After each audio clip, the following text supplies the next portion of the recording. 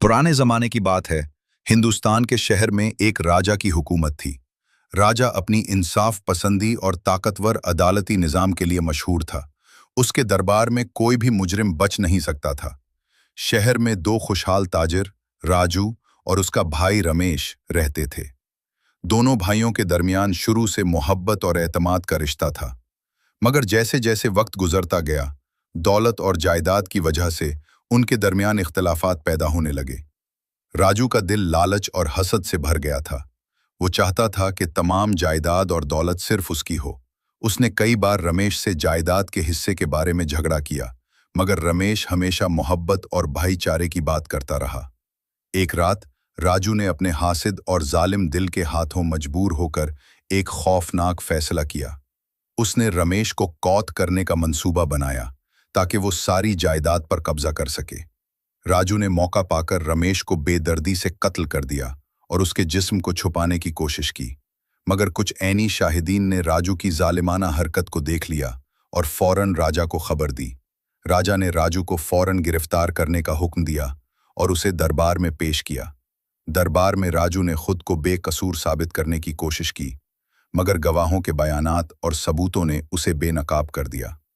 राजू का जुर्म साबित हो गया और राजा ने फैसला सुनाया कि राजू को ऐसी अबरतनाक सजा दी जाएगी कि आइंदा कोई भी जुर्म करने की जुर्रत न करे।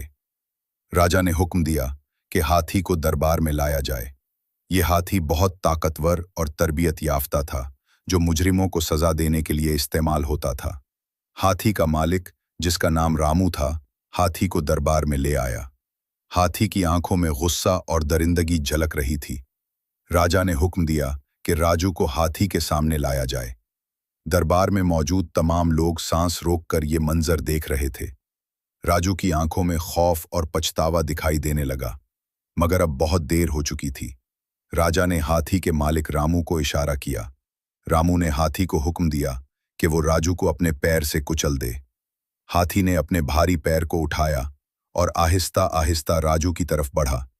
राजू की चीखें सुनाई देने लगीं, मगर हाथी को रोकने वाला कोई नहीं था। हाथी ने अपने पैर को राजू के जिस्म पर रखा और उसे जोर से कचल दिया। लोगों ने यह खौफनाक मंजर देखा और उनके दिल दहल गए।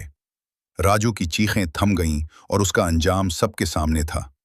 राजा ने लोगों की तरफ देखकर कहा, यह अंजाम हर जालिम और मुजरिम का होता है। हमें इंसाफ का दामन कभी नहीं छोड़ना चाहिए और हर जुर्म की सजा दी जानी चाहिए ताकि मुआशरे में अमन और इंसाफ कायम रहे। ये कहानी हमें ये सबक देती है कि लालच और हसद इंसान को तबाही की तरफ ले जाते हैं। जुल्म और नाइंसाफी का अंजाम हमेशा बुरा होता है। हमें चाहिए कि हम इंसाफ और दयानतदारी का दामन थामे रखें ताकि हमारा मुआशरा बेहतर और पुरअमन हो सके।